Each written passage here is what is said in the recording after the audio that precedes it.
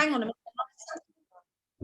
Oh, you're doing that. Hold on before you do that. I don't want to. No, I'm just looking for something that's disappeared. Can you bear with me a second? I've got to get out of this for a sec. There it is. Okay. Whoops, now you've disappeared. Come back. Everybody there. Okay. Good. That's better. Right. Okay. How many we got? 14. Oh, hello tonight. Have you got any apologies? Half term. Pardon? Half term? It's half term. So Rue's with her sons. Ah, right. Makes sense. Makes sense. Ali's had a family trip to make, so. Yeah. Oh, yeah, of course. People will be out and about, won't they? There's Celia holding the fort of the 12-weekers.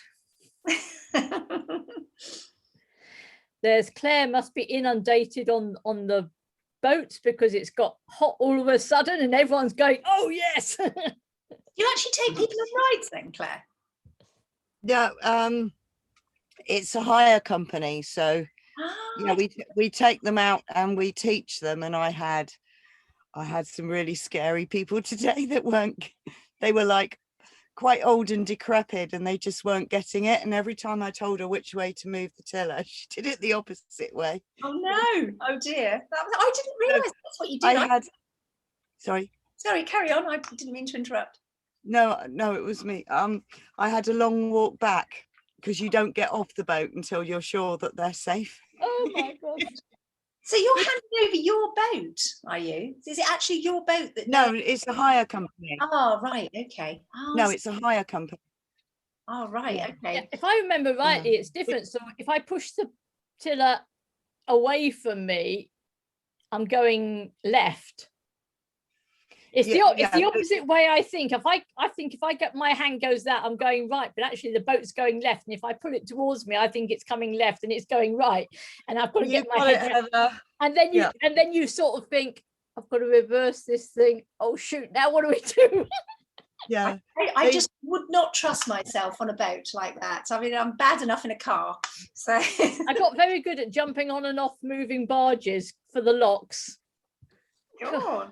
It's good fun, isn't it, Heather? Oh, it keeps you fit. I mean, I was knackered after a week. I thought, is this a holiday? You must be joking. But it's good fun. You feel as though you've accomplished something, because we went all the way up to Wales, where when you've got boats moored up on one side, you can only get one barge down there, and it goes round corners and it's granite and it's kind of, oh my God. And then we got to the marina and we're going, where the heck are we going to park it? Unfortunately, a nice guy jumped on and did it for us. Oh, thank goodness for that. It's really friendly. I've never had. It's been recommended by quite a lot of people. It sounds like a really nice experience, but not sure I'd trust myself driving a big barge somehow. I mean, if you're sitting, I slept on the 4-bit on the like a pseudo double bed with my friend. But the guys had to sleep on real narrow bed. It was that narrower than a single bed. So if you kind of roll over, you kind of nearly fell off. So the guys weren't too happy. Sounds like a good experience. Maybe it's one I should try sometime. Oh yeah. Okay, so how is everybody today? How you all doing? Good, thanks. Yeah. Enjoying this lovely sun. It's a bit hot actually, isn't it? Yeah. It is nice. It is nice. Before we get started today, not too much on the practice tonight, a little bit of an exercise at the end, which is just to start getting you ready for the practice we're going to do tomorrow. But we're going to be looking at different aspects, but very importantly, inner child, which is a very big part of what we tend to do. You tend to find a lot of sessions go back to this. As you probably all know, a lot of our problems do come from our past, going a long way back. So the inner child is a very, very important tool, and we really want you to get to grips with that. So we're not going to have a go at trying to do any of that today. I'm going to talk you through it, plus a few other things, and then prepare you to start that tomorrow. And we'll probably overrun into next week with that, when we'll be looking at parts therapy as well. So quite a lot of information tonight. And then, as I said, just a little bit of an awareness exercise at the end, just so you don't have to listen to me all the time. because that's pretty heavy going for anybody. So before I start, has anybody got any burning questions about anything from over the weeks, last week, anything at all? No? How about some little smouldering questions? Not actually burning. Yeah, smouldering ones, no? Okay. Sure. If you think of anything as we go, let me know. Just a few other things that I want to mention. We've got a new person joining us, which might sound very strange this far into the course, but it's actually somebody that started the course a few years ago, got into quite a few modules, but she will be some way behind you all. So she's going to be joining the sessions with us. Possibly the practice ones, which might be a little bit difficult for her to begin with, but she will be looking for people to practice some of the things that we've done back down the weeks, if you like. So some of the stuff that some of you might want more practice on, she'd be really looking for volunteers so that she could actually get her practice up. So hopefully she'll be joining us next week. So her name is Sarah Wood, so she'll be joining the Facebook groups as well, so please make her welcome when she does. But anybody that would like a bit of extra practice, it will be really helpful for her because she will need those practice hours, and she's really going to be thrown in at the deep end at the moment, so be gentle with her when she comes. Okay, so opportunity for more practice for everybody, which is a good thing, or anybody that wants it. The other thing to mention is just a reminder about next Thursday, the 10th of June. I will be putting a Zoom link on the Facebook group a couple of days before for that question and answers on assignments and just where you all are now. So anybody that really would like a bit of help on that, you can even help each other. I think that there's a few people that have completed the modules that are hopefully going to be with us as well, that can give you a bit of sort of feedback on that. But I know for some of you might not have even started actually doing the modules yet. Some of you might be a way through. Everybody's going to be at different stages. So I don't want anybody to feel that whichever way you're doing it is fine.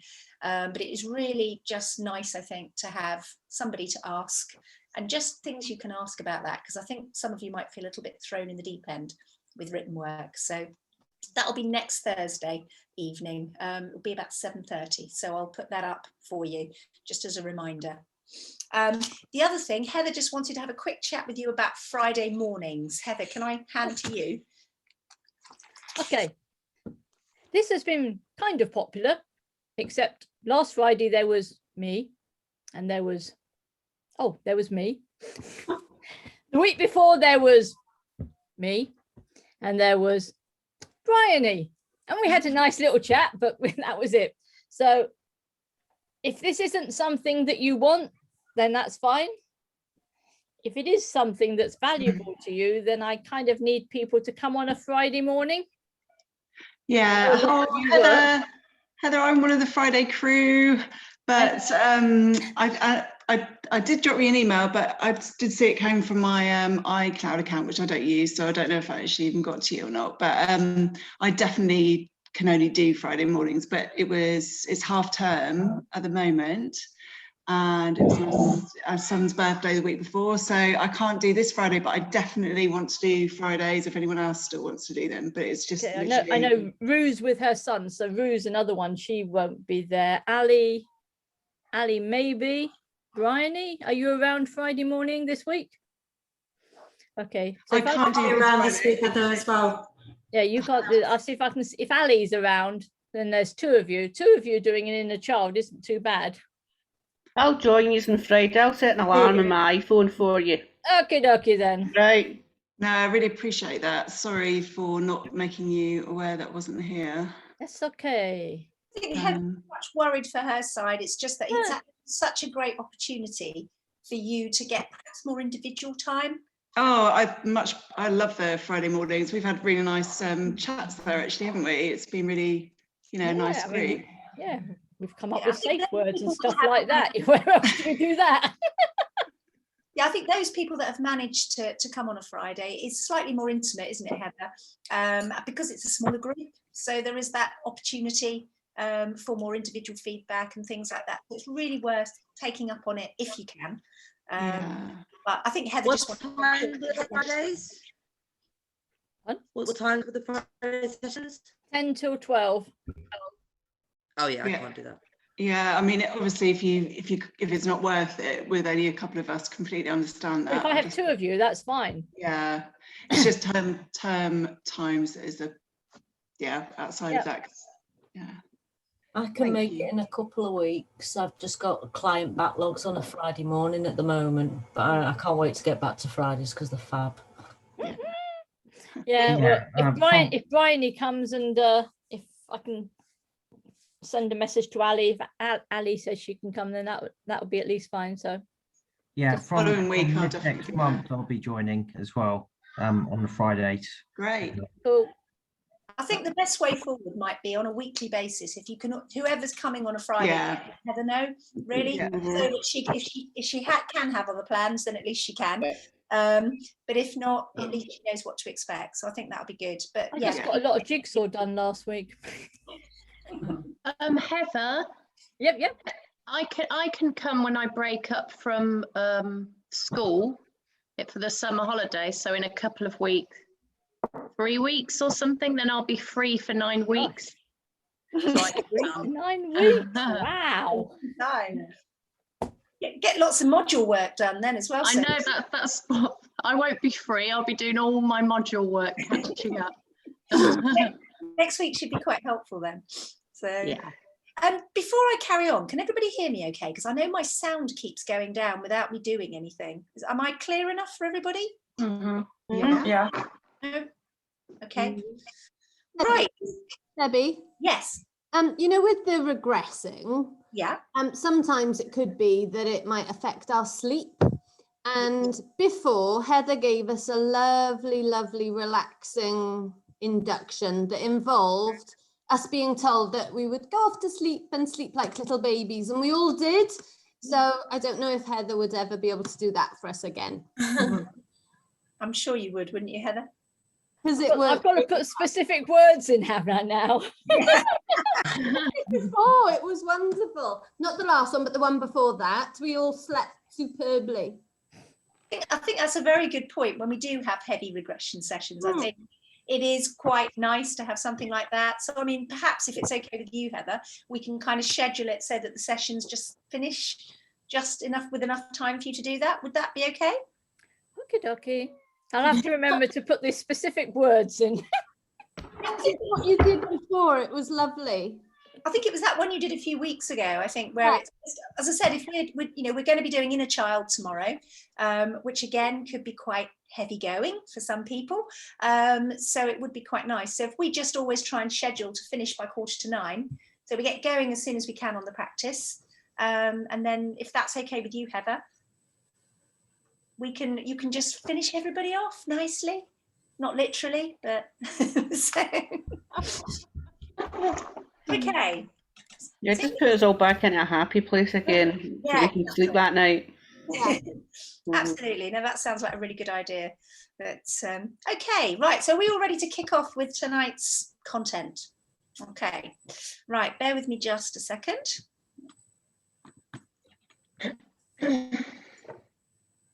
Okay, where are you? Slideshow, come back to me. Why has it disappeared? Oh, bear with me a second. It's just disappeared. I can't find it. Oh. Oh, sorry about this. It's disappeared. I can't see where. No, I don't want a new slide. I just want to make a slide bigger. That is very strange. Hold on a second. Okay. Can you all see that? I think we might have to work with that because it doesn't seem to want to move. Can you not just double click on it? Yeah, I don't think so. No, that's just made it smaller. That's not helpful. On the small image. If you click slideshow on the ribbon. I've got it. Yeah. There you go. I don't know why I couldn't see it, but there you go. I've obviously lost my mind. It's the sun's got to my head. That's what it is. Okay, right. Okay, so just a quick run through what we're going to do tonight. As always, just a quick recap on what we went through last week. Not going to spend too much time on that. Just a real reminder of what we did, because obviously at each week that goes on now, we're starting to put everything together. Each new thing that comes in, we're kind of adding it in and sort of creating more and more tools for you to use, and tonight you get a few more, which is good. So just a quick recap on what we did last week. Learning objectives for module 7, and we will be doing module 7 over definitely 2 weeks, possibly even 3, because we really want you to get lots of practice in on this particular module, because you are putting more and more things together. And as I said, some of the things that we're doing are kind of key things that we use in sessions very often to help clients to sort of let go of stuff and to kind of make things better.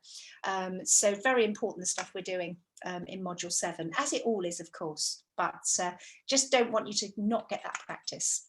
Going to be looking at the importance of working with the client's belief system, looking at the relevance of finding that raw emotive content, which I'll go into more again when we get to it, expressing the unexpressed, empowering the inner voice, again, very key things that tend to have become part of a lot of the sessions that you'll do, and using inner child therapy, as I mentioned before. So going to spend a little bit of time on that, and again, not touching on it really or doing any of it until tomorrow. And then overall, kind of the idea of completing that loop. So how to pull everything together and bring it back to what the client originally came in for. So it's all very well going off down a regression, coming up with all sorts of things, but how does that affect what they're actually trying to achieve, what they actually want in their do wants and don't wants, and how is it helping them? And that by what they've released and perhaps made a little bit better, how's it helping them to achieve that? So we're going to talk a little bit about that as well. So quick recap on what we did last week. Obviously, we looked at the deep transformation method summary, which Heather talked you through the diagram. And I think, you know, we suggested a really good idea if you perhaps even have that diagram up somewhere, you know, especially while you're at this stage, just to remind yourself of the process and what you're trying to achieve and how it all kind of comes together. We spent some time talking about the secret of resistance, and you were really sort of looking for that in your sessions, starting to spot that resistance, just really trying to see how you can use resistance to actually help you to get to those limiting beliefs that your clients have got, and seeing resistance as a positive thing rather than a bane or a negative. Actually thinking, right, well, there's resistance here, that means there's something actually here, and let's work with that, let's go with that. So you were doing some of that in your sessions, actually trying to deal with that resistance practically. And some of you are showing that resistance, of course, whether it's conscious or unconscious. Just reminding you again about the fluid questioning. I know we really bang on about this, but you all know, I'm sure now, by how powerful it can be and how it does elicit those responses from people that they're kind of surprised about themselves.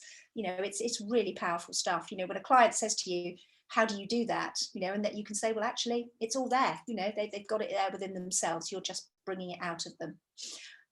So obviously you did a little bit of regression again, and we were looking at how to use that fluid questioning within that. Using the following the feeling again, which again, you know, we will be doing when we're actually practicing the sessions tomorrow. And then quite importantly, when to actually prompt a client and when to actually just let them talk. You know, as Andrew says, sometimes it's just a question of actually knowing when to be quiet and just let the client just process it and come out with that information. But sometimes that's quite difficult, and we're actually sitting there desperate to say something, and sometimes that's not always the right thing to do. So it was about trying to find the right time to actually prompt if necessary, so that you don't just let the client go inwards and perhaps go off track. So keeping them in the process, keeping them working with you in an interactive way. Obviously, we did a practice exercise, you know, with regression using the fluid questioning, and we talked a little bit about false memory syndrome. Put my teeth back in, and I gave you a little link there to read a little bit more about that. And something definitely we're not going to be doing. Obviously, the cleaner we keep our language, the way that's never going to happen. And some of you started to use the direct eye-to-eye emotive suggestions. Some of you managed to actually include those in your practice sessions as well. wasn't a requirement, but really good that people are starting to try and use those. So that's basically what we covered last week. And again, some of this is obviously going to come into what you're going to be practicing again tomorrow. Okay, any questions about what we did last week that anybody would like to raise or add? No?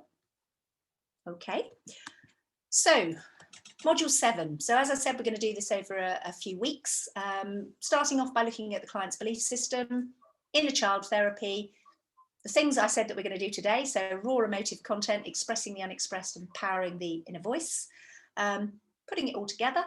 And then next week, we're going to be moving on to parts therapy, which you either love or you hate. I personally really like it. I think Heather doesn't. But you'll find I didn't say that. Do you know, I think the thing is, I think it for me, it's just that I've worked with a lot of clients that just lend themselves to it. So, you know, you can hear it in their language. So I think it's just that I've just been fortunate that I've worked with a lot of people where that's been the right thing for them. So I think that's what it comes down to. But parts therapy is a very interesting one. And also we're going to do the fist of sand technique next week as well, which is a really good one to use when you reach a bit of a sort of block and you're stuck. So this is basically what we're going to be doing over module 7, but really want to do lots and lots of practice within this module because lots of important stuff in here. Okay, so starting off with the client's belief system.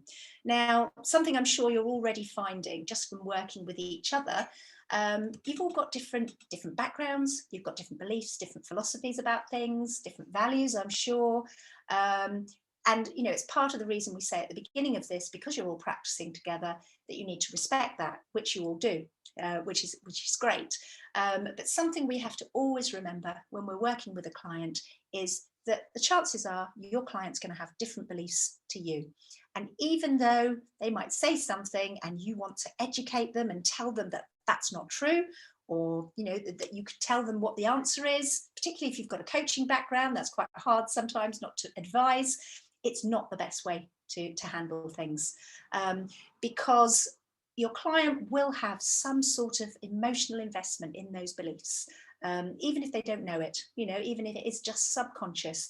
And by questioning them, you are going to jar them in some way. So they are internally referencing their beliefs, which we all know how they're created. And if you question those beliefs, they're going to feel a need to justify it and perhaps, you know, sort of prove that actually these beliefs are true. So don't challenge your client's beliefs, even if you just want to reassure them. You know, if somebody's saying, but I'm stupid, you know, no, you're not. They think they're stupid. So we work with that belief initially, and we'll kind of give you an example of how you might go with that at the moment. So you are working with whatever they believe until you can make them believe differently, really. And, you know, it's the first step really to them trusting you and helping you to, by using the right sort of questioning, to kind of get them to discover their own sort of faulty thinking, if you like, by the questions that you're asking them and the way that you go about it, which will help them to lead them into another belief system, the belief system that's going to help them move forward and sort of transform the way they see the world. But while they're in that place where they're believing a certain thing, you work with that belief system, okay? Do not challenge it. So when they tell you whatever it is they tell you, which may well be very negative, to them it's a fact, okay? So it is those questions that you're working with, that fluid questioning, the clean language that you're using, will start to get them to discover that perhaps that isn't really as it may seem. But it's for them to discover through our questioning, not for you to tell them. Okay, so just a little example here. So a client, you know, makes an absolute statement of fact as far as they're concerned. So the client says, I'm stupid, I'm worthless. So you might reply, well, what makes you think that? So the client says, it's true, everybody tells me. Really? Who's everybody? Well, my mum. Oh, do you believe her? Well, yes, she tells me a lot. I believe her. So I guess but actually, I guess it's not true. So it's kind of allowing the client to, as they're answering those questions, to kind of discover that actually that doesn't really make sense. You know, I just believe that because my mum told me that. But actually, do I really believe her? Well, actually, it's not true. And if you think about a lot of the time when you're working with clients, a lot of the evidence that they'll present to you in a conversation about maybe not being very good at something or whatever, all of the evidence is that they are, but the belief is that they're not. So it's about helping them to discover the reality of that. So, you know, you can see in this example at first, you know, the person that's being questioned is kind of a little bit surprised at questioning what their mum might say. But gradually, as you keep with that questioning, the doubt starts to sort of sink in, and they start to realise that that was something they chose to believe. So, as I said, really, really important that you work with their belief system while you're working with them. Don't challenge them, help them to discover for themselves that perhaps that's not the case. Okay, so there's, you know, lots of different questioning that you can do. But assume what they say is true while you're talking to them, but just find out why. Okay. So in terms of, you know, introducing your own beliefs to the client, just remember, no matter how much you just want to reassure that client and tell them that that's not true, you will jar them because to them, it's absolutely true. Okay. So don't assume anything. Don't just try and be nice and tell them the right things. Use their own words and language, as always, keeping your language clean, keeping the question fluid, and just operate in their vocabulary and their belief system. Really, really important to remember that. And it is really, really tempting sometimes not to. So please try and remember that, really important. Okay. So moving on to raw emotive content, you'll hear this bandied around. Now, according to Andrew, raw emotive content is the phrase that he uses to describe the actual emotional feeling that someone feels. And it's totally uncensored, it's totally unedited, just expressed exactly as they feel it, which often means a bit of bad language, which is fine. Really important to let your client know they can just say whatever they want to say. So some of the things I'm going to talk to you about today, like inner child and expressing the unexpressed, give clients an opportunity to really express that raw emotive content in a way that's really powerful to them, because it's what they really think. It's what they really think now and probably thought then, but didn't express it. So it's kind of unprocessed, if you like. So an example of this might be a client says, I feel annoyed, but the actual raw emotive content of that might be rage. It might be hatred, it might be betrayal. It's getting to what that really is. And the way that you tap into that is, again, using that questioning, keep digging down until you get to actually what that raw emotive content is, that's completely unedited. And that's how you're going to get the most powerful abreaction. And thus, obviously, that leads to a release, which is going to make the client feel lighter and better and being able to move forward and see the world in a different way. And it's what we're really digging around to find, both in that initial chat and when we're doing regression. It's what we're trying to do to get down to what those real core beliefs are and where we can find that real raw emotive content as they actually see it. And as I said, let's again remember not to put our words into the mouth of the client. I know we've got the words for the sort of core beliefs, but what their version of that is, that means the same thing, might be a little bit different. So we use those words. So do remember, don't sort of, you might be looking for that word control, but it might come out in some other way. But it's their words that basically mean the same thing, and it still adds up to the same thing. So you're helping them to find those memories, those sort of limiting ideas that reflect those core beliefs, and that's going to help them just get to that raw emotive content. And as I said, that's how we're going to get the most powerful abreactions, which are going to give them the biggest release. So what are the ways we can get to this? It's something we use within a lot of the things that we do, is something called expressing the unexpressed. This is a sort of an idea that Andrew came up with, and it is that sort of process of getting your client to actually say out loud the real thoughts and feelings and emotions that they have at the particular time that they've regressed to, and perhaps at that time haven't been able or haven't felt, you know, safe or been willing to actually express. So it's that expression of this that, as I said, will quite often lead to quite sort of colourful language on occasion. And it's important that they feel able to do that, whatever that may be. And as always, you will be repeating that back to them, which has its own power in itself. Very, very important not to jump into this too quickly. You know, allow, you know, the full details to come out in order for them to get the full response, the full ab reaction to really take place. And that's going to give the biggest release. So it's a very good technique to use as part of some of the other things I'm going to talk to you about, such as inner child. But it's a good thing to use if a client is stuck in any memory or idea where they're sort of still kind of describing that scene, but they can't resolve it. So it's almost a way of reframing that moment in a sense and playing it differently, and imagining that they could play that scene again and actually say and do the things that they really, really want to do, and allow them to have that ab reaction that perhaps they were not safe to have at that particular time, or for whatever reason they didn't. So really, really sort of a powerful technique that can be used alongside other techniques as well. So that's a good one to use.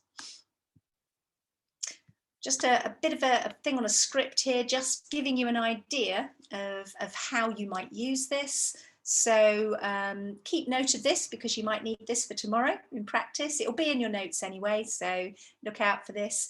But what you're doing in the procedure of this is basically identifying the feelings and the emotions that have not been expressed or are not being expressed in that particular moment in the memory. And then perhaps you might say to them, so if you could be there once again, what would you really like to say? I sometimes say, how would you like to imagine that differently? How would you like to replay that? Let's just imagine that we can replay that scene how you would really like to see it.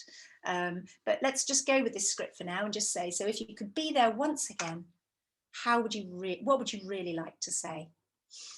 As the client starts to tell you, just interrupt as they start to say what they'd like to say, and really make it specific and say, don't say it to me, say it to them. So whoever that person might be that has made them feel a certain way, that they are saying it to them as if they are there once again, as with always in regression.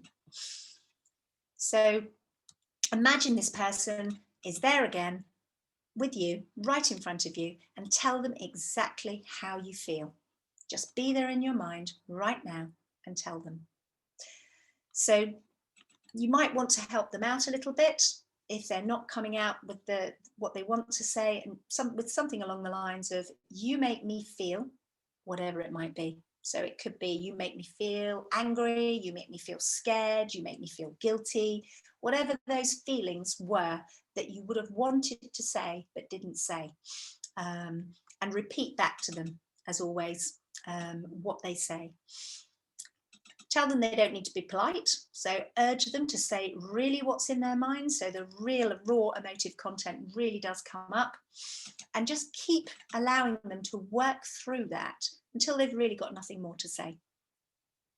As they've done that, check in with them, ask them to scan down their body, ask how they might be feeling, perhaps to notice any feelings or emotions, how they feel about that. And generally, depending on what it is, they might feel lighter. Same thing, you know, if they'd had a tight stomach or a tight chest, it might be that feels lighter. It varies.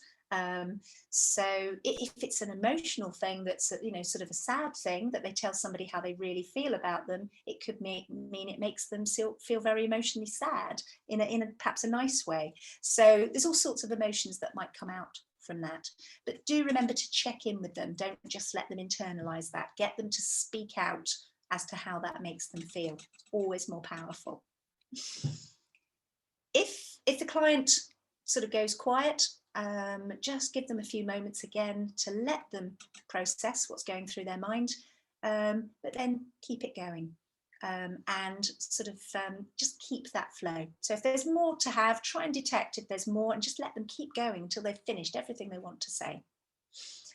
And then something that's quite a good thing to do after this, which I'll come on to in a moment, is something where you give back the feeling.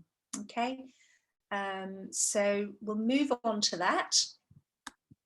So giving back the feeling is really about getting your client to let those people that have made them feel a certain way understand what that's like, what that's been like for them. So they've connected to that thought and that memory, and it's a really sort of powerful method. And just say, I just want you to just give that back to them. So get them to speak to them, give them back that feeling, and just say that you made me feel like this, and I just want you to know how you made me feel. You gave me these feelings and I don't want them anymore, and I want you to take them back. Now, quite often what happens here, a client might say, but I don't want them to feel like that.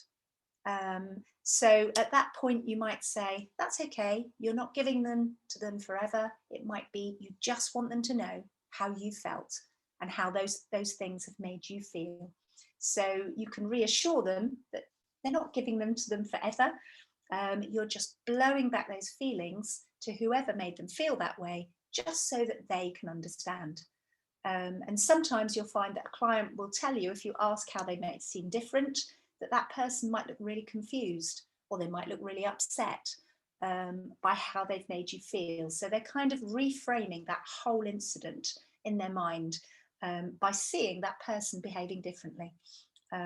So that gives them a sense of relief and kind of a sense of justice as well, I think.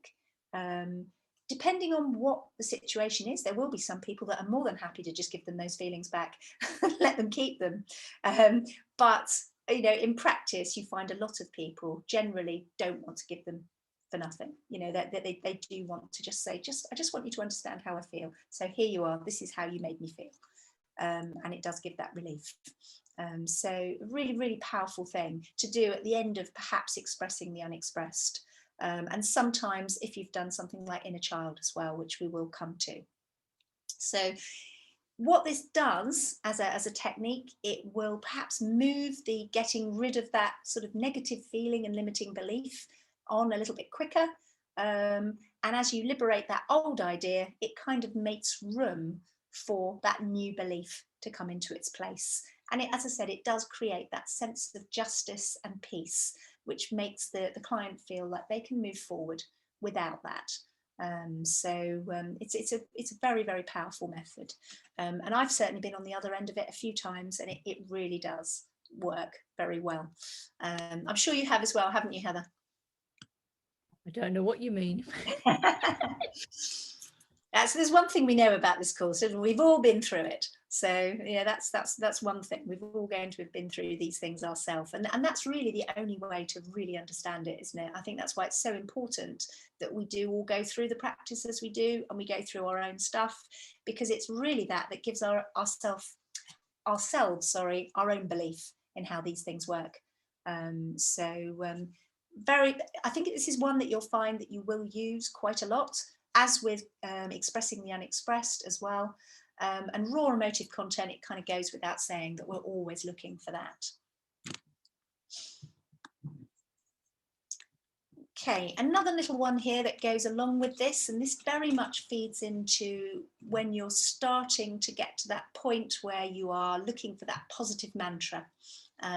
Really, you know, perhaps when a client's had a big ab reaction, they've expressed ideas, they might have done expressing the unexpressed, they might have done inner child, and and they might have given the feelings back as well. But at this point, they're going to be feeling quite suggestible. So a really, really good time to start introducing some of those new beliefs, which they will form for themselves. And it's a great time just to replace those old beliefs. So while you're working with your client, try and keep a note. If you need to write them down, I certainly do. I'm not somebody that can keep it all in my head all the time.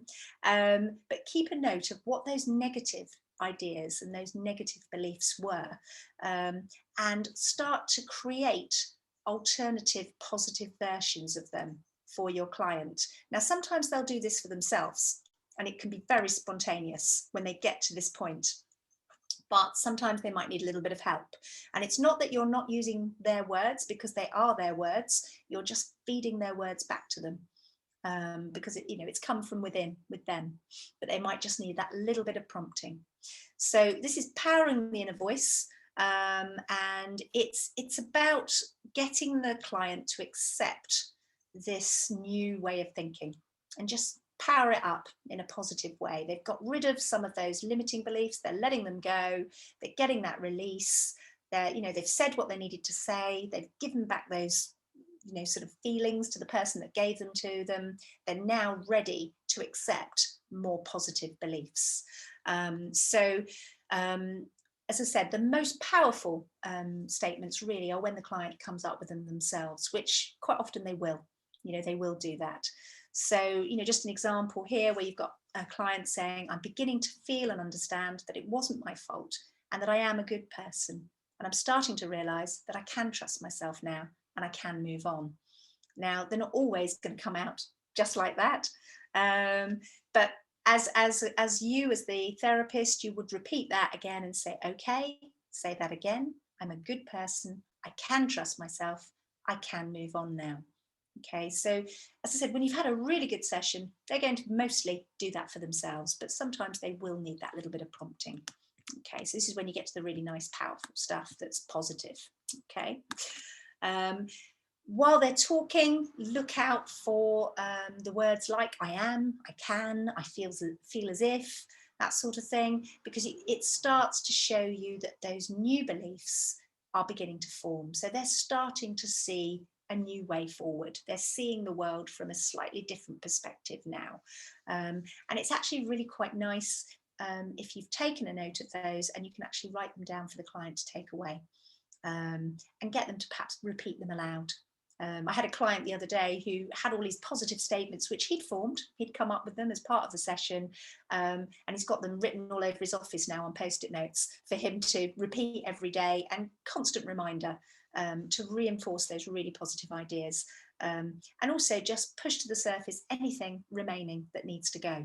Okay, so in terms of when you're making an affirmation, and really again it's the client that's making the affirmation, not you. You might just be helping them to form it into a statement, but it's coming from them.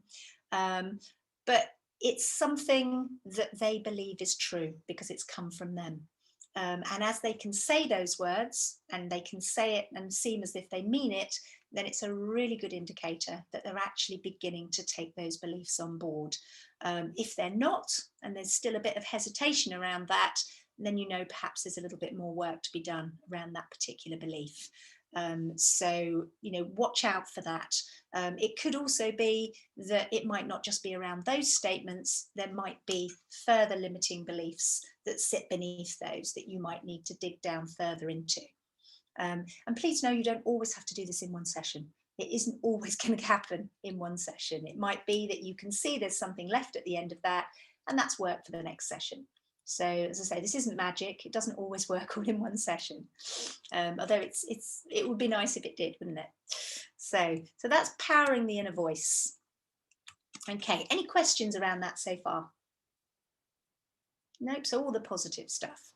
Okay, so we're coming on to inner child therapy. Now, inner child therapy, I've got a little note there, and you'll find it in your notes as well, just to say it's in the context of this training course, because it's something you'll hear about in other therapies as well. And there's lots of different views around this, but this is how we use it in this particular course, in the context of this course. So say other people may do it slightly differently. Okay. So in terms of inner child therapy, what we're really talking about is when we experience something, something that creates sort of emotions within us that might have come from some form of ISE or symptomizing event, what actually happens sometimes, it's almost like it gets us emotionally locked in that time. It's almost like we're on this continuous loop which keeps triggering throughout our life. That's something that might have started a very, very long time ago. And as I said, you're probably all discovering a lot of things do go back to when we were very young. And at that particular time, that would have been major.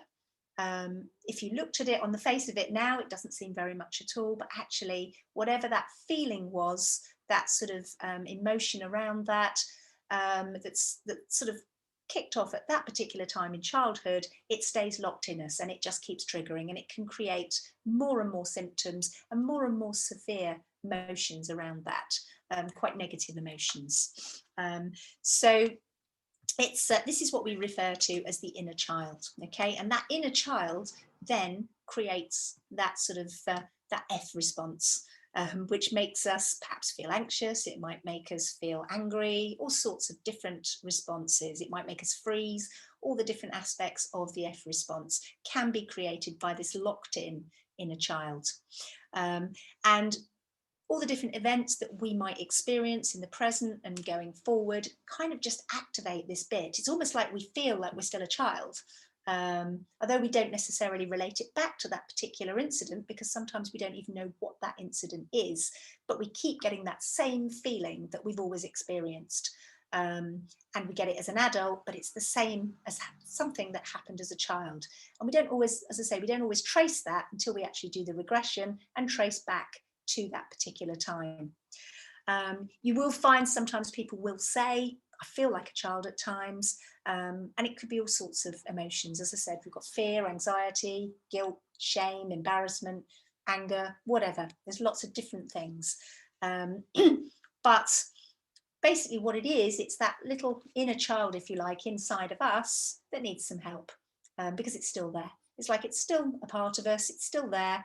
And sometimes that can be used in a positive way as well. You know, sometimes we've got that feeling of being a child when we can just go with the flow. So when they go to a happy place, as some of you did a couple of weeks ago, you can actually go to being 5 years old and just playing in the sand or something like that, where everything's great.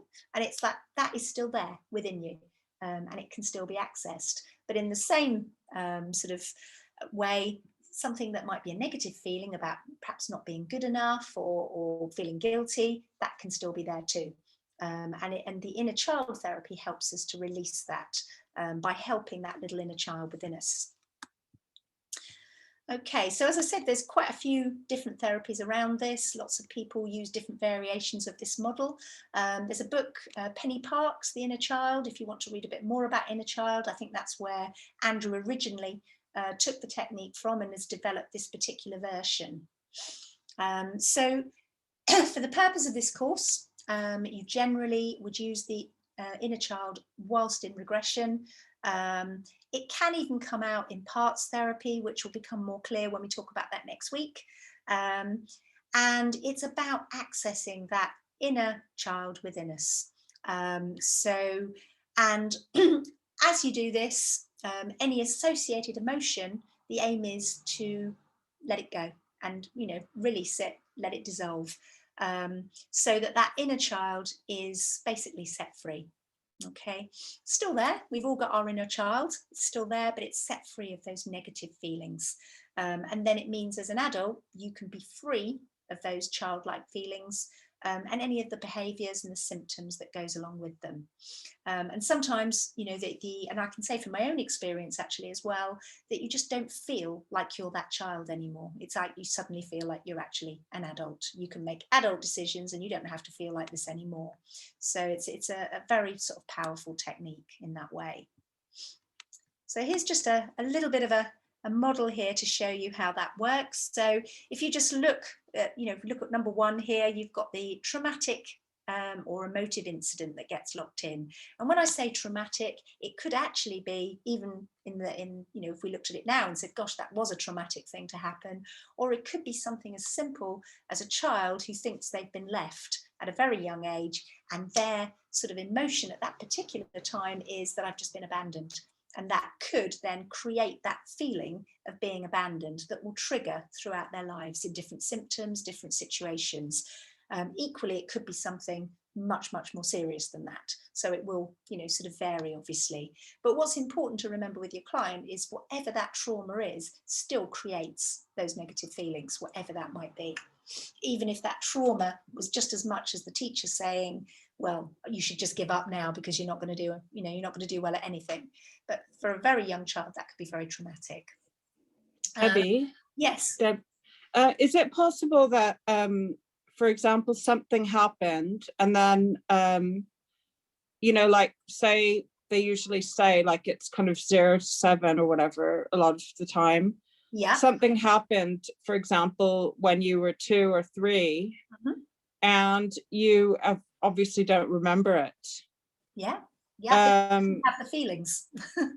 So if you were doing that, how would you, if you were doing a regression, how would you, you're trying to get back to that, what is the ISE, surely you wouldn't get back to that bit, would you?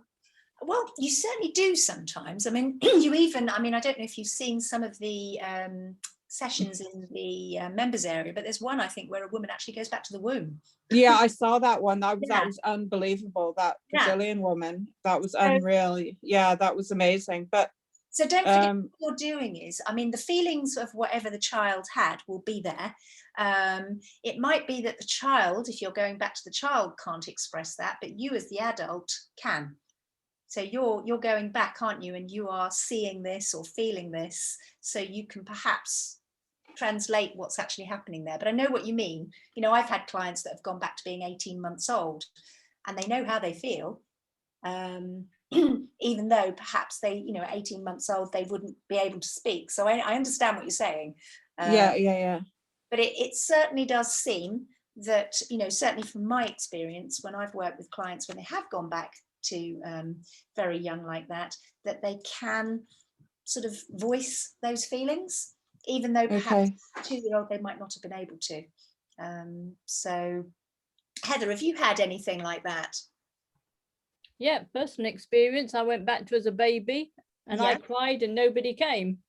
Yeah, so you knew that had a great impact, but I couldn't verbalize it then. But as an adult, going back and looking at it, I could talk about it. But so Heather, was it when you went when you were in hypnosis, does that mean that you went back when you were told to go back, you went back and you said, where am I? I'm 18 months old. Nobody's coming to get me. Is that what happened in your one? Well, I could see myself in a cot. Oh, right. Okay. I could see myself with bars around and feeling trapped and crying and nobody coming, and I think I kind of just gave up. Yeah. Oh, right. Okay. Nobody was going to come, so I have to cope by myself now. Yeah. Oh, right. Oh, yeah. So when you're going back, as I said, you can feel the feelings that baby felt, and you can, as an adult going back, you're watching that, you can see that. And we're going to come to how you're going to use that in a minute. That might make a bit more sense in a minute, Jessica. But I know what you're saying. I do understand. Anybody else got any other questions around that? Thank you. That's okay. Okay. Sorry. I was regressed last week and I was 2. Yes, I remember. Yeah. Questions. I did find it hard. It was like I didn't have the words. Yeah. So I could say, the situation and what happened. But when I was being asked questions, it was really frustrating. Yeah. Yeah. So you didn't understand as a child what you were feeling, did you? Well, no, and I didn't know how to say the things or what the words were. Yeah, I understand that. Yeah, I remember that now. So it was like so as the young child, you wouldn't understand that. As you going back, you can see what's happening more.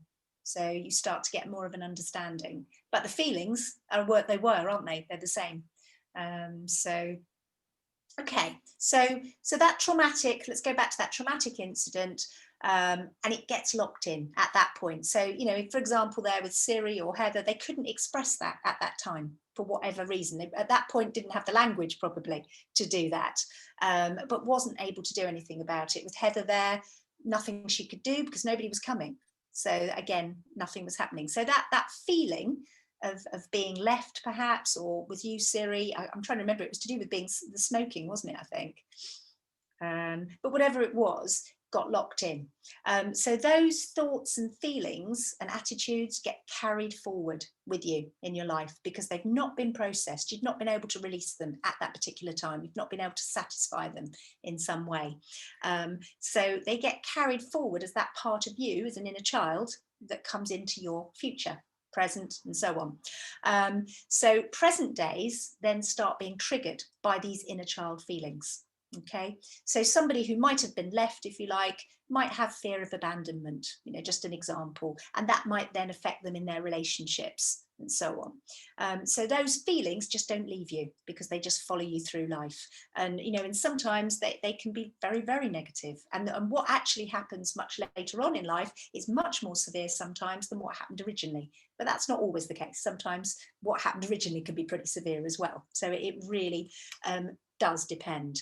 Now, in inner child therapy, what we do is we get the adult mind to go back and resolve that issue with the inner child, to let them process that information, to let go of it so that you can get the emotive content released. And then that adult is free of those old inner child feelings. So that's how it works, really. So if you look at this in relation to the library model, it basically, as I said before, it triggers the feelings that inner child has got, triggers the F response, and then creates whatever that behavior may be. So it's quite a sort of, as I said, it's one you'll find you'll use a lot, because I think, as I say, we all know a lot of things go back to our childhood in one way or another. So invariably, you'll find a lot of your clients will go back to things like that. Okay, any questions before I move on to a little script here we've got on this? Any questions on the inner child? Does that make sense, how that sort of works? Okay, so what you might do here, say you've got your client to regress back to something. It might have been something that happened that was very upsetting as a young child at whatever age. And it does work even just on a younger you. So it doesn't have to be a young child. It could be a teenage you, could be a 20-year-old you, or a 7-year-old you. It's called inner child because it's a locked emotion from going back. Okay, but as a client reaches the appropriate place where that feeling has gone, that negative feeling, it's one of those things that you then work from there. Okay, so just assuming that the client's already in hypnosis, they've already reached that place, and they've got this feeling that, you know, they've got that horrible feeling, whatever it might be, abandoned, guilty, whatever, and that child, really, you know, I might quite often say to a client, so what is it that you really, you know, what does this little you really need right now? Okay, and quite often they'll say, I just want somebody to understand, or I want somebody to help me, or whatever. There's lots of different responses you may get, but essentially that child in you needs help because it's locked in and it's creating problems, and that child didn't get that help at the time. So again, as I said, so just imagine that child's in hypnosis, the client's in hypnosis. So you might say, just for now, just let the adult you, the one here with me, just go back in time, back to that place, that room where that little you is, that younger you. Let your mind just take you back there, and my voice will go with you. And just feel, sense, picture, imagine walking up to that little younger you, and just look into his little eyes and let him know who you are. And then you might say, I know what it's like to be you. I know what you're thinking. I know what you're feeling. And I know exactly what it's like to be you, because I am you. We're just different perspectives of the same person. So I know exactly what it's like to be you, and I've come to help you because I don't want you to feel whatever it is anymore. And there's some things that we need to take care of together, and we're going to take care of them together. Oops, go back. Okay, and at this point you might ask the client how they might feel about that, and usually they get quite a warm feeling. They might feel really good. Sometimes you might get them to give them a little hug, and you do find that they tend to really tear up at this point. Most people get a lot of comfort from this particular feeling. You know, they might feel that they've just got that help at hand that they need. Sometimes you might at that point help them to express the unexpressed, because you might have a younger child that really wants to tell those bullies what to do, but he doesn't feel able to do it on his own or her own. So by having that older you there, you can help them to do that, and they might then feel they can say what they need to say. So it's a very, very sort of effective technique. And as I said, most times where you get people to the point where they need the inner child therapy, you do get an abreaction. You know, they do get quite emotional with this particular technique. So it's a very good one from that point of view. Now, what actually carries on in the context of the session varies. Sometimes it might just be, there'll be like a bit of a conversation between that inner child and that older you. A little bit like parts therapy, which we'll talk about more next week. Because sometimes when you do parts therapy, which essentially refers to the different parts of yourself that are in conflict, part of that you might be an inner child, okay, that needs help. So sometimes that's how an inner child might turn up. Sometimes it just, as I said, helps, you're helping the child to express what they need to express, which reframes that whole situation and puts them back in control and lets go of the feeling that they've been left with. Sometimes it could be just rescuing that inner child and taking them away from a situation and just bringing them back to the present. Little bit unsure of that one myself sometimes, because I know sometimes by taking them away from a situation, perhaps they're not facing up to that situation. And I, not an experience myself, but somebody I know that did experience that, where they went through an inner child session, they went back to the thing they needed to face, and then they were taken away from it. So actually, it didn't actually work so well in that situation. But there are times perhaps when they might be needed to be rescued in some way. Other times it's just, you know, leads to more general aggression and leads off to somewhere else. But overall, a really, really good one, and one you really, really need to get to grips with and practice a lot, so that it comes quite easily to you, because you will find probably every other session, if not more, you will probably end up going to inner child at some point, because it is such a you know, a powerful sort of technique, and it's where so many of our problems come from, of course. Okay, so that's your inner child, and we are going to practice that tomorrow, and put everything together a little bit more. Now, just coming back to sort of all the different things that we're talking about, what's really important when you're working in your sessions, and I'm sure you must be noticing yourself as you're getting more and more information, more and more techniques, it's quite hard, isn't it, to sometimes put it all together and actually bring it back to what the client first came for. You know, what was the issue? So it's really important that we complete that loop. So going off on a regression, you know, and I've had sessions myself with clients where actually we're going all over the place, you know, it can become quite disassociated, disconnected to where we actually started. But usually it all connects up, and you'll be surprised how it does. Okay, but what we do need to do, as I said, is bring it back to what the initial issue was. What do they actually want to achieve? Sometimes that session will happen really easily, where the client will, once they've let the stuff go, they naturally start powering their inner voice, and they're coming out with things like, well, now I can begin to feel, believe, whatever that idea is, that means that I can, whatever it was they wanted to do. So they make those connections for themselves, which is the ideal. And they kind of, in a sense, create their own mantra, like we talked about powering the inner voice. So they power their own inner voice.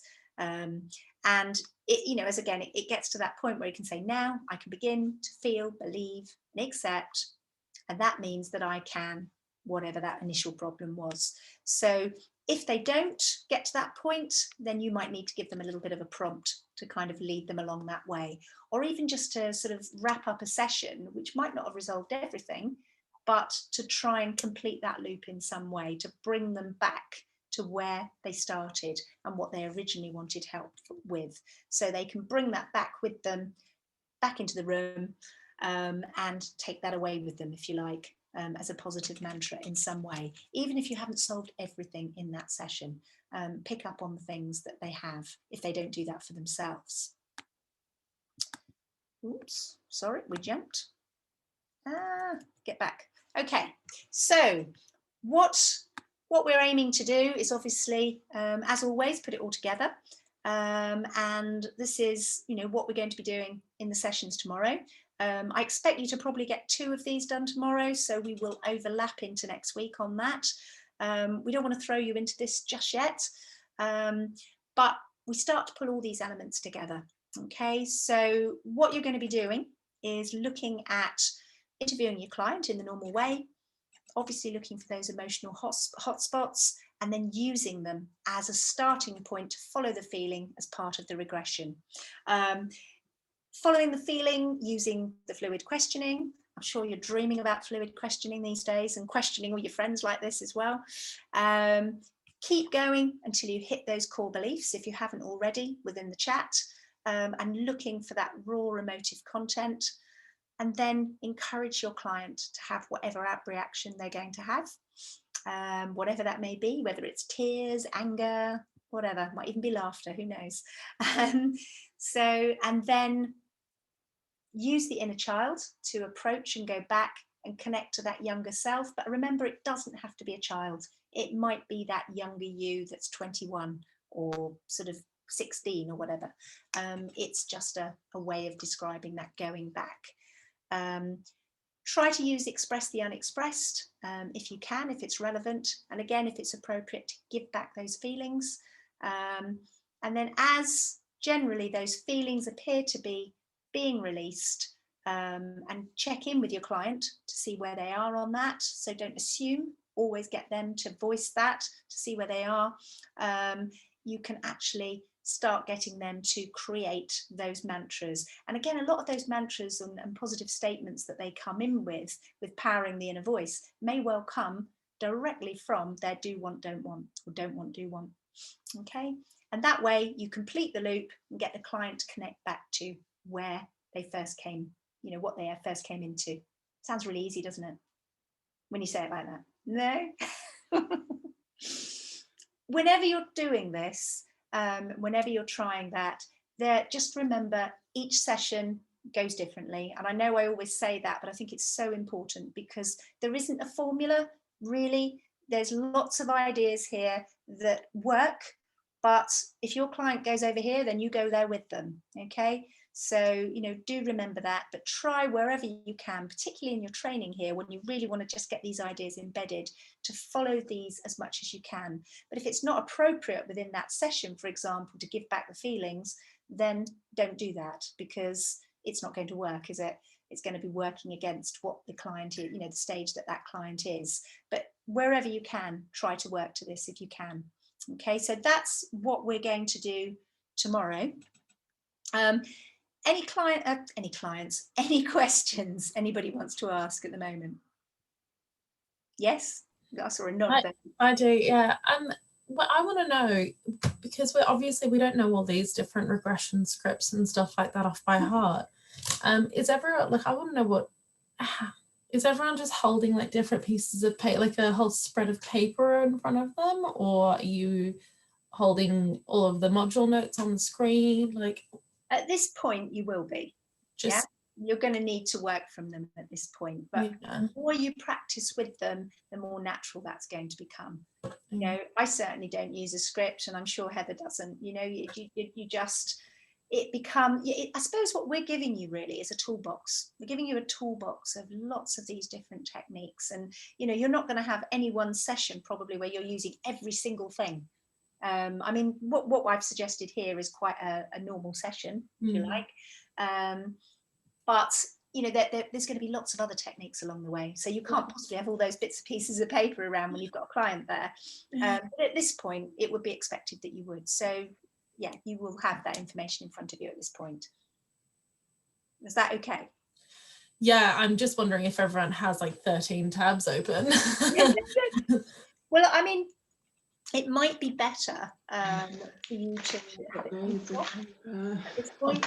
What was that? It might be better for you to have it printed off when you're doing this, just so that you've got this information here to hand. There isn't really any other way of doing it at this point. But trust me, the more you practice it, the more you do your modules and all the rest of it, it will just start to sink in. The more you work with people, it will start to feel, all right, okay, it kind of, you follow the flow of the session and it feels like the natural thing to do. And when you're working in your own practices, you probably won't use the exact words. It will be similar, but it will be made the way that you make it, you know, but it will be taken from this. And some of the words will be exactly the same. It will just stick in your mind. But it just feels, it's a bit like, think about how many of you drive. I'm sure most of you do. Think about when you first got in a car and they said, right, you've got to look in your mirror and you've got to do this and you've got to see this and you've got to do that and you've got to use the feet on the pedals. It's the same thing. Yeah, I know. Yeah, I understand it all calm. I feel like it's just a lot of different things. So I'm wondering just how everyone else has done it. Yes, I would just copy and paste everything into a Word document. Okay. I've got a 4-page Word document that's got my introduction, the middle bit of it, the deepener, then whatever else I'm doing that week, and then I've got my release part of it, and I just keep adding bits in as I go along.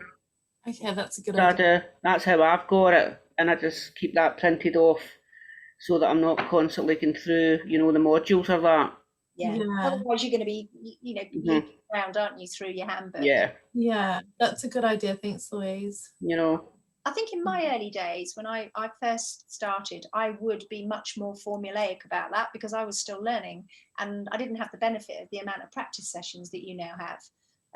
So I just did loads of freebies and worked with people, and I was much more sort of structured, whereas now I'm structured, but it's kind of in there.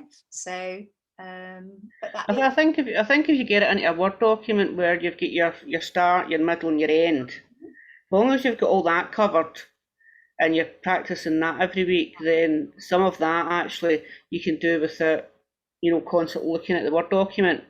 And it's just the new things that we're adding in each week that you've kind of got to kind of reference back to the piece of paper. And then it will all basically come together. Yeah, that sounds a really good approach. Yeah, I think sometimes I mean, Louise, are you working from a piece of paper on a Word document, or is that on your screen? I print it off because I prefer to hold it in my hand. Yeah. But I do, because suppose it's to be more natural that if I've got somebody in front of me, if their eyes are closed, I can just kind of glance at that, just to kind of keep me going, rather than, you know, making it look too obvious, shall we say. Well, it keeps you on track as well, because you can, once you get into regression, you can go down a bit of a rabbit hole, which you probably covered. You know, it's even like just doing this, to have some slides here means that I don't just go off at a tangent. it's that sort of thing, isn't it, really? So it's good to just keep it there as a guide. But you'll find your own ways of doing it as you go. Yeah, I think saving it, like pulling everything onto a document, will be good. Good idea. Yeah. Yeah, the modules, you can copy and paste the stuff actually from inside the module. You don't have to retype it again. No, you can't. Pick what deepener you like, and then just add that into your own document. So that's all I did. I just copied and pasted everything, just moved it all about. Good advice. Thank you, Louise. Thank you. Okay, any other questions? No? Okay, what I suggest, I'm going to get you to do a little awareness exercise in a minute, just to have a bit of light relief, really. But for tomorrow night, I know that not all of you, I would say it'll probably be 2 of you and then somebody else will be for next week. But I would say if you can, try and prepare a little bit for tomorrow night so that you can get the best out of it. Again, we're not judging you, you know that. It's not, you know, if it doesn't go 100%, that's fine. That's why you're practicing. but it might be good to prepare a little bit for that. Make sure you've got everything, like Louise says, perhaps on a document. So everything is there ready for you to have, you know, as organised practice session as you can tomorrow, because it is a lot to do. And not only are you regressing now and doing the induction and all the rest of it, you're actually trying to do some fixing with them. So I don't like to use the word fix because you're not really fixing, but you're helping them to fix. So you've got those techniques to take on. So the more prepared, you know, the more sort of benefit you're going to get from the session really tomorrow. Okay, right. So just a little exercise out of Andrew's book actually for you all, which is a step on, I think, from one of the early ones we did. It's going to be about people and associations. Okay, so what I'd like you to do first of all is if you just take 3 deep breaths in through your nose, and then just breathing out through your mouth. Just letting that breath out, just breathing a little bit longer. And again, breathing in through your nose. And then just letting that go again through your mouth. And then one more deep breath in through your nose. And on that breath out, just gently, just close your eyes. Okay. Now for a full 5 minutes now, I just want you to just let your mind drift and think about different people in your life. Don't consciously pick them out, just whoever comes up into mind for now. And as you do, as each of those people just pop into your mind, I just want you to just think of a label that you might associate with that person and any meaning that you might attach to them. So just stay with that just for a moment, just letting people pop in and out of your mind, whoever they might be, just randomly, and just thinking about what meaning you might attach to them, what you might associate with them in any way.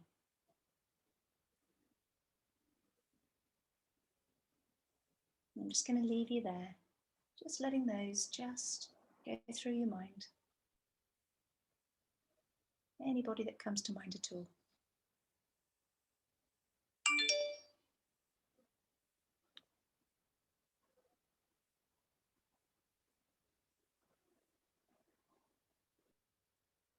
Just taking your time, try not to let your mind drift off to anything else, just people. People coming into your mind. Anybody that has any meaning to you, whatever that meaning might be, whatever meaning you attach to them, whatever you might associate with that particular person.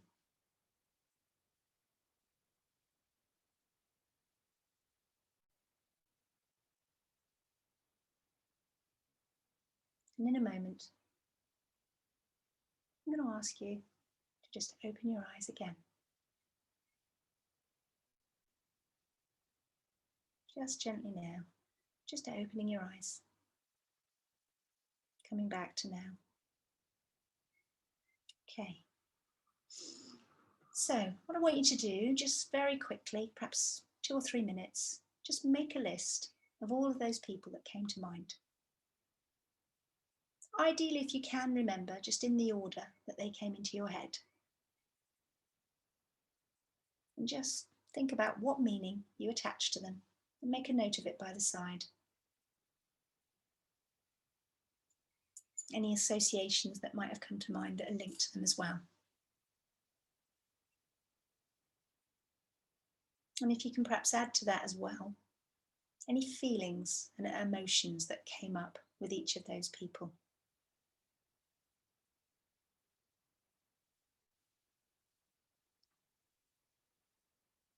I'm just going to give you a few minutes to just do that.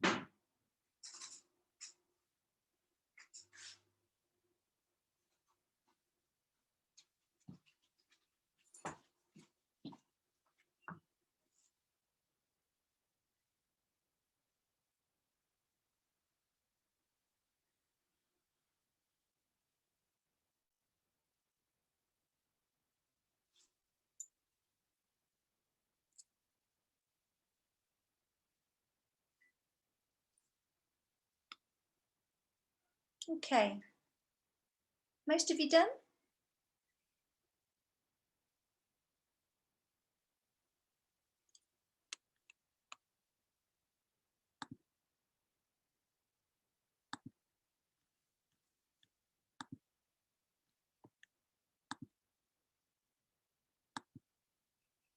Okay, if you want to stop that now, you can carry on writing if you want to.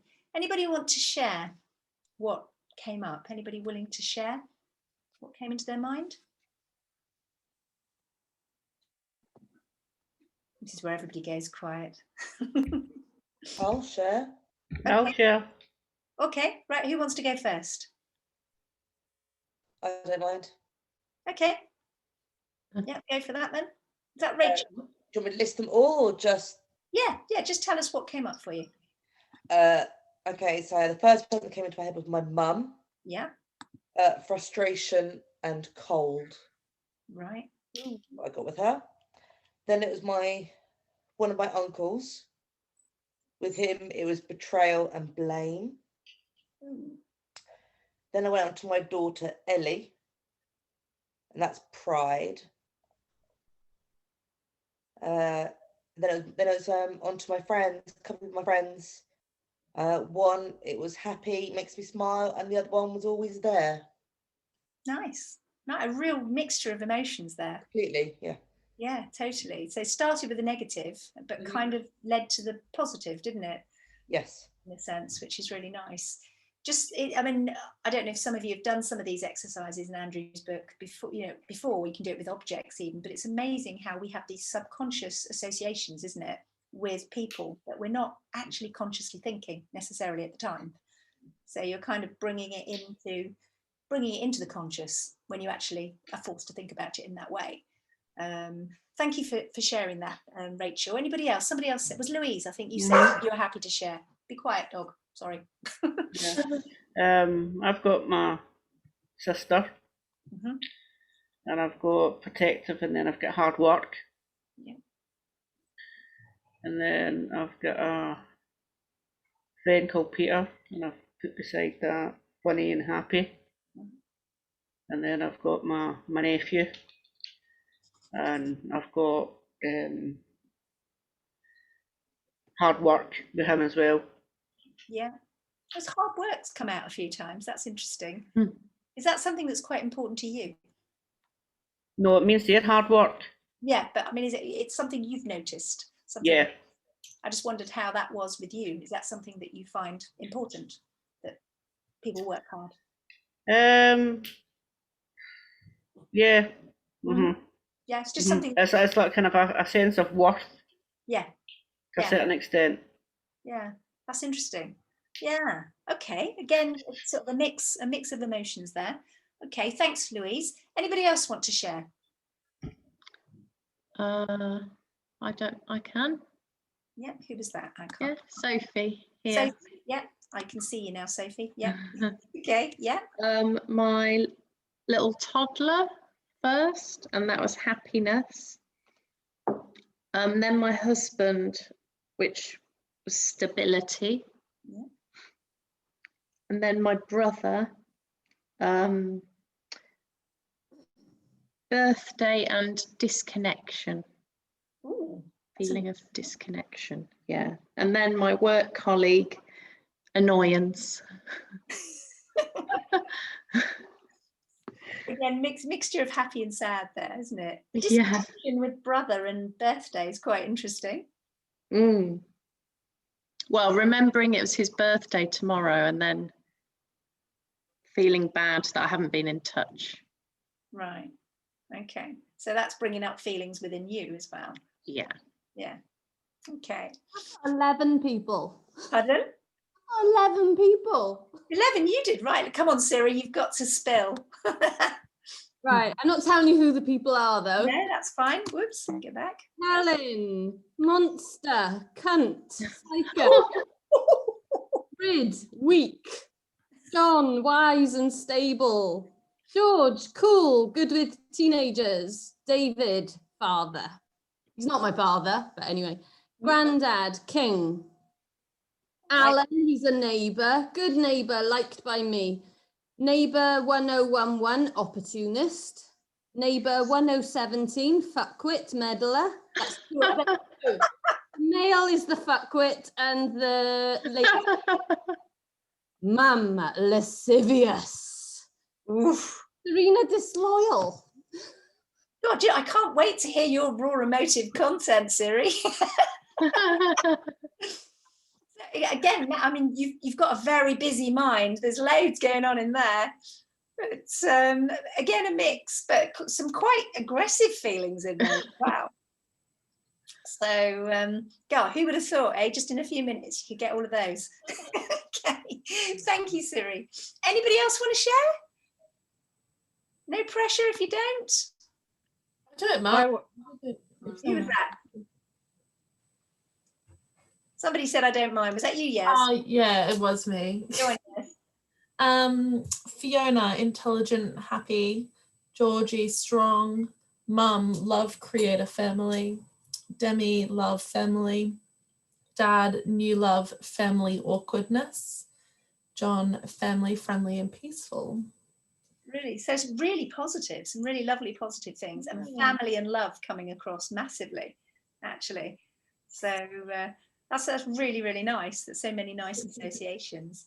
Would you say you see yourself as a very positive, happy person? Is that your your image? Yeah, definitely. Like, yeah, if I'm not in like a good mood, I feel like I'm not a like good person to be around. Not that I'm not happy, it's just that I'm not happy enough to be making other people happy. That makes sense. Feeling. And I was with a friend on the weekend, and she said that it took her a while to get used to my positivity and happiness, like generally, because she thought that it was like an act and putting it on. But she's like, once I realized it's just you, like I'm over it now. I don't think it's fake anymore. So yeah.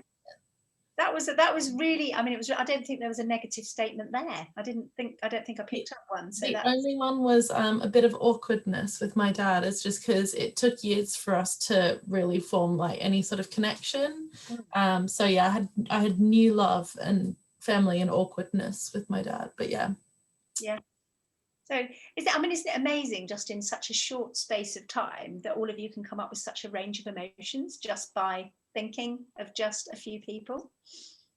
Okay, I want to take this a step on. Pretty much similar exercise, but a little bit more specific now. Okay, so this time I'll talk you through it, but you're going to be thinking of two people that you know now, two people that you knew perhaps as a teenager or in your 20s, and two people that you knew as a child. Okay, and I'll remind you of what to do there. And then afterwards, you're going to be looking to label them in effect. Okay, so same as before, if you can just take a deep breath through your nose and then breathing out through your mouth, taking that breath a little bit longer, and then breathing in again through your nose, and just letting that breath go through your mouth again. And one last deep breath through your nose, and breathing that last breath out through your mouth, just like a sense of relief. Okay, so just having your eyes shut now, if you haven't got them shut already. Just want you to think, first of all, about two people that you know now. Just think about those people, whatever you want to think, maybe associations, maybe meanings behind those people to you. Just let them come into your mind. Again, don't choose, just let them drift in as they do. Just randomly, two people that you know.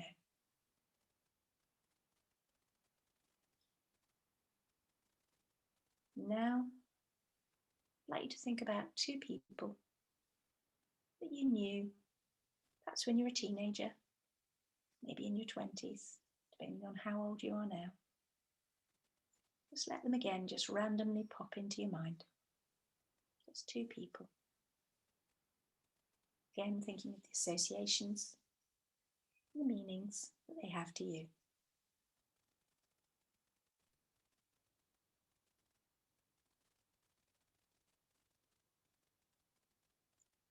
And then finally, I'd like you to think of two people that you knew as a child.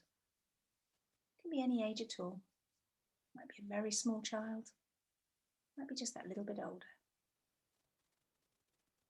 And same as before, just thinking about any meaning that they might have to you and any associations. Just letting them drift in, just randomly, whoever they seem to be.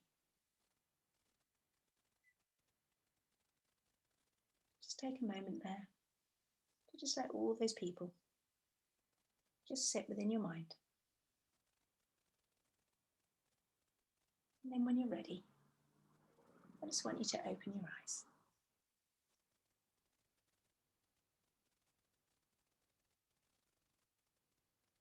Okay, so this time I want you to write down the people that came to mind. So remember, two people that you know now, the two people that you knew as a teenager or in your 20s, and the two people that you knew as a child. And then by each of those, I want you to put P, if it's positive, F, if it was a negative feeling or meaning in some way, M, if it's a bit of both, but positive and negative, and N, if it's just neutral, just nothing much at all.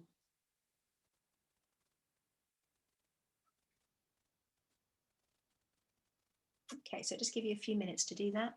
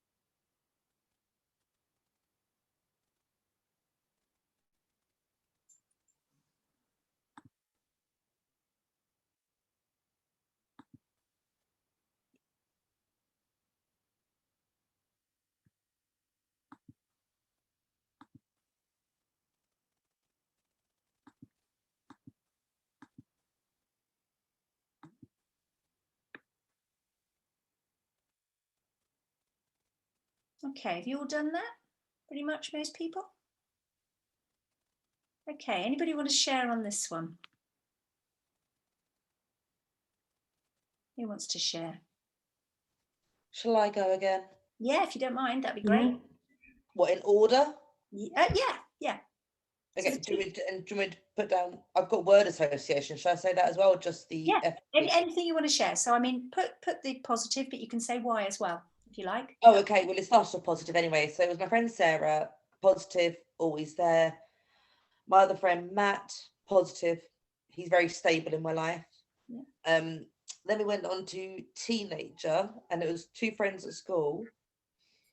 One was someone called Hayley, and I put a negative purely because she was a bit strange, and now she's completely disappeared. Oh, okay, right. Okay. And the last I heard was that she was in a mental institution in America. You were right about strange then. Yeah, so how true that is, I don't know, but that's the rumour. Then my other friend Abby, and I've always thought she was a victim of some form of child abuse because she was always very over-sexualised. And then I went on to primary school. Sorry, what did you, the girl that you just mentioned, what did you give her in terms of it? Was she a P, F, M? I put her as an F purely because abuse is a negative okay. feeling. Then went to primary school with a girl called Jo, and I put her as neutral because she was just kind of there. Mm-hmm. It was kind of nothing. Interesting. She went into your mind, actually. Yeah. I know. I think it's because we were like a little group, but she was just kind of there. Mm-hmm. And then it went on to my teacher, Miss Binstead, and I put a P because she was lovely. Oh, that's nice. That's nice. Okay, thanks for that, Rachel. That's great. Okay, who wants to go next? I'll go next if I've done it right. Okay. Yeah, so I've got Jackie. Yeah. As a friend. I've got Narcissistic. Mm-hmm. And then I've got Siobhan, who's also a friend, but I've got great support. Drop anything to come and help you. Yeah. So she's a P, yeah? Yep. Mm-hmm. Yeah. Okay. And then school, I've got Angela, who basically is a user. And I've got Karen, who got her down as being a user as well. Okay, so do they both get an F? Yep. Yeah. And then probably a nursery or something like that. I've got John, and I've got him down as being a friend. And then I've got distant. Right. Okay. And then I've got a Yvonne, and I've got her down as being neutral. Okay, so the one that was distant, what would you have given that?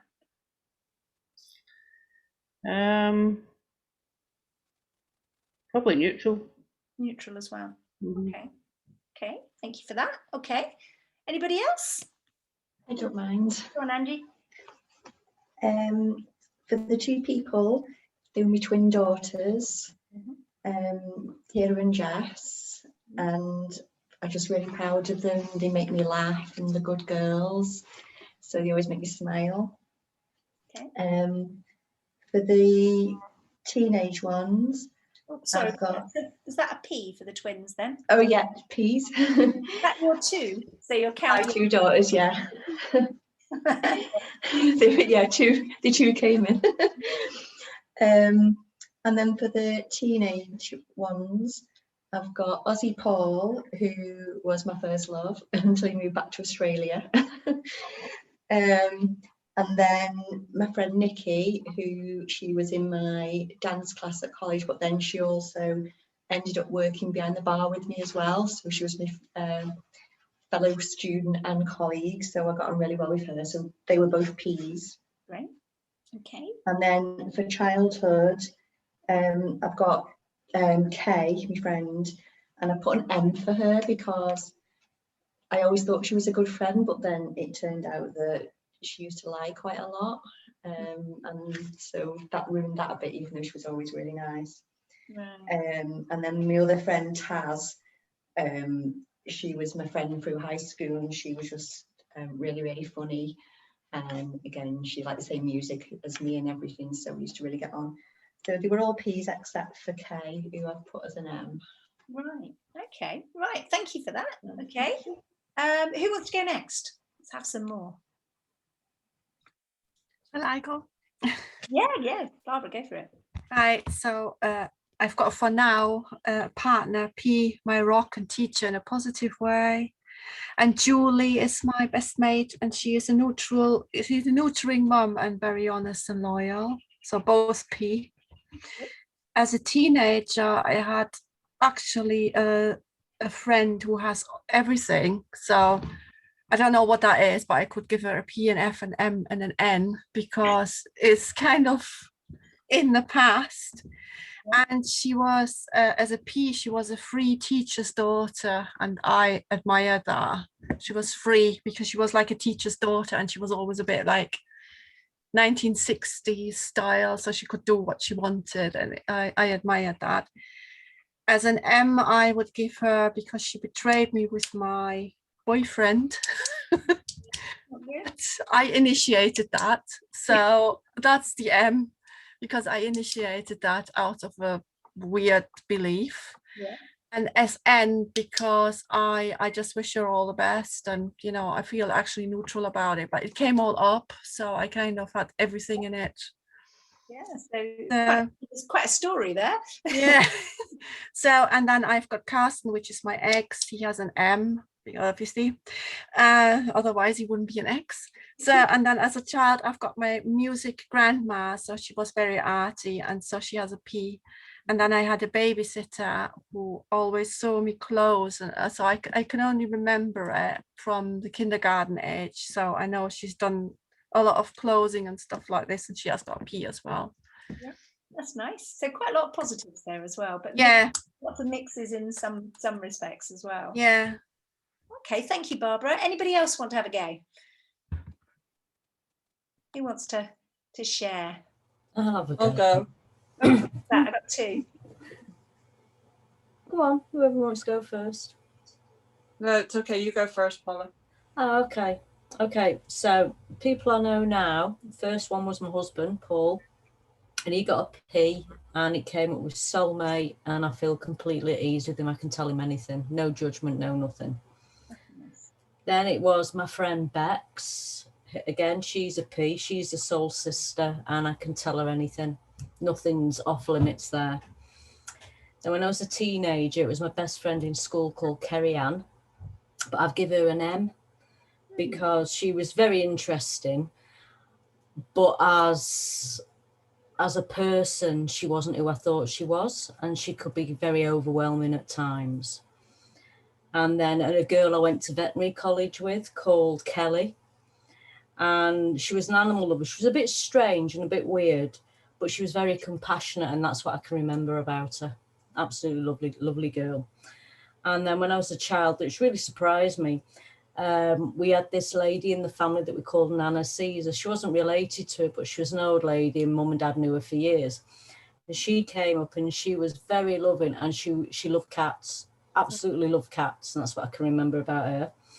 And then another woman that I really didn't like growing up, she scared me, and she got an M. And I've put here, she was hard, and she was very religious, really religious within her beliefs, and it frightened me as a child. So that's what I got. But you gave her an M, so there was positive as well there. I learned a lot from her. Right. Okay. And so I don't think there was any Fs there, was there? No. Okay. That's good. Okay. Should we just have one more? Anybody else want to share? There was somebody else that was going to. I couldn't hear it. Was it Jessica? Yeah. Jessica. Okay. Well, for the first two, the first one to Emily, my daughter, and she got a P, just like unconditional love, and you know, I'm proud of her, and basically she's everything to me. And then Kate, who's my friend, she's actually my daughter's best friend's mum, so she's kind of become my best friend, and she's just really, really positive part of my life. So yeah, so both of them got P's. And then for my kind of 20s was two ex-boyfriends.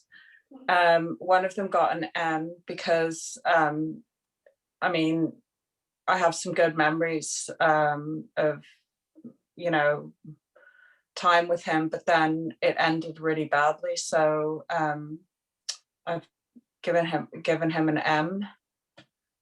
And then Christoph, another ex-boyfriend, and that just kind of like fizzled out. So I've given him an N because I don't really have any like strong feelings, whatever, one way or another. And then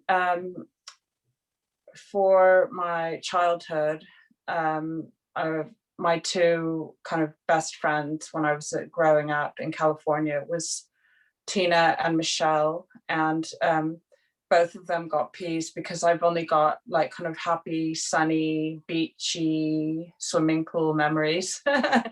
Nothing negative at all. So yeah. Yeah, great. So again, real mixed bag actually. Yeah. Thank you. Anybody else want to go before? Just one more, maybe. Just anybody else want to share? I can go if you like. I've only got, it's really boring because it's just 6 people who I've got positives for, who I just remembered nice people from all walks of life, really. So yeah, go for it, Celia. Let's hear what. Yes, just I just did a couple of friends who one's really strong, one's really funny, so she makes me laugh, which is great. Back to teenage years, I had a couple of really good friends who I shared a lot with, who once again were positive. And childhood times, I had my really good friend who I went to parties with, so that was good, and an auntie who just giggled all the time, and so I just remember her laughing. So that's just my memory of her and how positive it was. Right. Okay, thank you. That's nice. It's nice to have all positives. That's a really nice one. I mean, it does show how we're a real mix. And I think in some cases it shows how some of us are the regular happy person and always see the bright side of things. Some of us maybe not as much because there's stuff that maybe is near the surface at the moment as well. So it's just really interesting how when you do something like that, it's just a very simple exercise that you actually make what's in the subconscious very conscious when you actually say it like that, and you're sort of bringing that emotive feeling to the surface. And you can see, and you will see more as we go through, how they influence your beliefs about certain things. You know, even I was thinking about Yaz focusing on all the happy things, as you did, Celia, as well. It's just that kind of, I got the sense certainly from Yaz, that's part of her identity. And it's like, well, if I'm not that happy person, then, you know, it's quite interesting how all of that comes into play. But it does influence your beliefs very much so. So thank you for doing that. A little bit lighter than normal, which is hopefully a bit of a relief for you all. Getting ready for tomorrow, which won't be light. You know, you're going to be, you know, I'm asking quite a lot of you tomorrow, or we are asking quite a lot of you. So really just to get you thinking about those things that can pop up. And obviously when you're in the sessions tomorrow, who knows what will pop up. Don't all run for the hills, will you? Just one of my peas made me cry, so I'm going to run for the hills now. Oh, of course. But that's nice, in a nice way by the sounds of it, if it's all your peas. Yeah, it was a missing one. Yeah. Oh, that's a nice thing in a way. So just to focus on that. Okay, yeah, fair enough. We're gonna finish up now anyway. So if you do need to disappear, Siri, that's absolutely fine. Sorry? I thought you were really gonna disappear. I'm sorry. Before we close up tonight, has anybody got any questions about tomorrow or anything else that we've talked about tonight before we move into tomorrow? I had one. Yes, Claire, yeah. Yeah, when you were talking earlier about, you know, you might not finish in one session, it might go on to another. Yeah. Do you know, or when do you know, how many sessions a client's likely to need? How long's a piece of string? That's a difficult one. And what average number of sessions that a client would have with you? It's so difficult because it so depends where that client is. You know, I have had clients that have come for their first session and actually it's so near the surface that everything just can actually be solved in one session, depending on what it is they want to solve. So that can happen. And I know when you watch a lot of Andrew's demos, I think initially you might think that we're going to solve everything in one session, and that doesn't always happen. I think it is a very difficult question to answer. You normally get more of an idea after a first session with somebody as to what might be going on. But on average, I would say I probably work with clients between 3 to 6 sessions. Okay. But that is an average. Sometimes it's more, sometimes it's less. When a client comes to you, are they expecting to come for several sessions? I probably say to them just what I've said to you, really, because it's unfair for me to say that yes, we'll get this all, you know, it's like things like we'll come to smoking and things like that in a few weeks. It's unfair, I think, to say, yeah, we'll solve this in one session, because that doesn't always happen, because it depends what else is beneath the surface, doesn't it? And also sometimes you might think that you're almost there and then there's something still sticking. So I think it's just always fair to be as honest as you can be And it sounds vague, but there is no other answer, really. When I first started, I worked briefly for a company that used to get appointments. So I was working for them initially. And one of the first things they said to me is, how many sessions do you give a client? And I said, well, it depends how many sessions they need. But they insisted on you should book so many, which thus you can imagine I didn't work for them for very long. So because I don't think you can do that. I don't want to sell somebody 6 sessions if they don't need 6 sessions. So I hope that answers your question, vague as that might be. No, thank you. There isn't a direct answer to that, really. Okay, anything you want to add to that, Heather? To the length of sessions or anything else? How many sessions from your experience? Well, I've had sessions on and off with Andrew for the last 2 years. I mean, that kind of blows everything out the water, but we've been very, very thorough. I mean, sometimes as well, I think it's a trust issue. You know, you can, I think I might have said the other week, I had a client that by the time we got to the 5th session, he was kind of ready to go where he needed to go. So he was getting benefit, but it was quite surface benefit, really. But, you know, we got to that point where there was that trust where he was ready to go there. So it can be a trust issue sometimes that, you know, that it takes them that long, or maybe they've held on to something for so long that it's not going to be that simple. You know, or sometimes you see someone for a couple of sessions and you're kind of really getting there, and then they disappear because they're just too afraid to go there, and they know that the next session they probably will be going there, and then they just disappear for months on end and you don't hear from them. And I think sometimes if you've got people that are perhaps they've had a lifetime of being the strong one that doesn't show their emotions and all the rest of it, they can be hard nuts to crack, because they don't want to go there, because who am I if I'm vulnerable, you know, so you get that. And also people that are on antidepressants sometimes, because we're dealing with emotions all the time, and sometimes antidepressants suppress the emotions, so you can't always get where you want to go quite so easily. So that can have an effect. So there's so many factors in terms of how long it can be. So all you can do is be as honest as you can be with your client. In a situation where the client doesn't come back because they're afraid of what might come next, would you have a follow-up call or send them an email or something of the like, you know, just to say, are you okay, or would you just leave it? I tend to send them an email if I haven't heard after a few days, and say, whenever you're ready, and just leave it open, and then I just let them be. Don't hassle them, don't go chasing them, don't insist they have a session. Whenever you're ready, I'm here. And just leave it open. I mean, I as a matter of course with clients, I tend to check in with them after a few days anyway, just to see how they are, you know, to see how things are, and just see how they are. And I think Andrew does the same, actually, doesn't he? Where what format is that? Is that an email or a telephone call? I tend to do a text, just because that's normally how I confirm, because I normally get email inquiries. I'll then ring the client, have a consultation with them, usually for 10 to 15 minutes, and then I confirm by text, and that's normally how I would do it. It's just quicker. So there's no rules about that, really. But it does kind of give you a bit of feedback. You know, sometimes if somebody's had a major session and they've had a major release, major reactions, one, I want to know if they're okay. But it's actually from a sort of an ego point of view, you want to know, are they feeling better? And sometimes the next day they don't feel better. I have found from experience, because it's all settling. So that is something I've learned over time, to maybe warn people that they might feel fantastic in this particular moment. As it all settles down, they might have a day or two while it's bubbling around, and then it starts to, you know, sort of feel better. So they're all things you start to become more aware of. So yeah. Okay. Other stuff just makes its way up to the surface when you end up thinking about things that you haven't thought about for a while, and those are the sort of things you bring to the next session.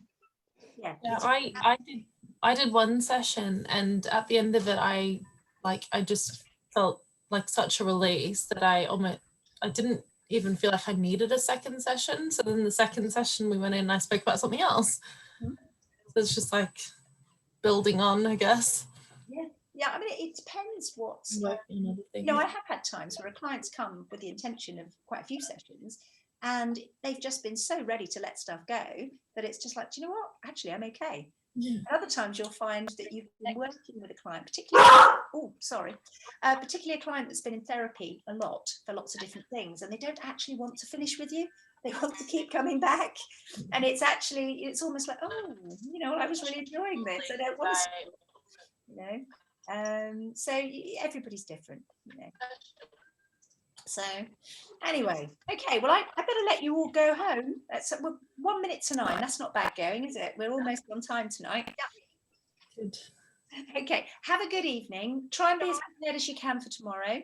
And yeah, we'll see you all tomorrow for practice. Thank you. Thank you. Bye. Thank you. Bye.